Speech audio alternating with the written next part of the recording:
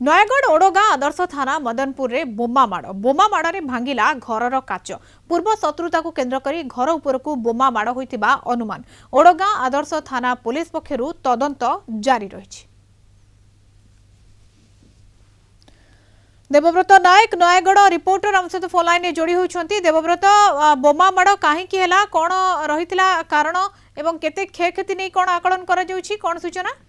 देखो मधुस्मिता निश्चय रूपे एक संवेदनशील घटना कहले अटुटे जहाँ खबर सूचना मिली गत राति ओडगाँ आदर्श थाना अंतर्गत मदनपुर गाँव रे जो रही सुधांशु बेहेरा घर को 3 जन युवक बाइक रे आसी बोमा पकईले बोमा पकई पलाई जाते खबर पाई परिवार लोक छात उपरे थिले घर को आसी देखला बेलू तल घरे काच पड़ी रही संगे संगे ओडगाँ आदर्श थाना को खबर देते ओडगाँ आदर्श थाना पुलिस आसिकी सरंकुल एसडीपीओ आसी घरे पहुंची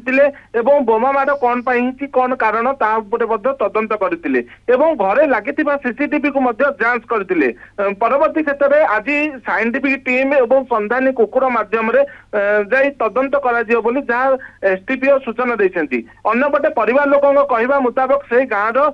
किसी युवक सहित 6 मास पूर्वे गंडगोल होता ए नहीं थाना एक मामला होता।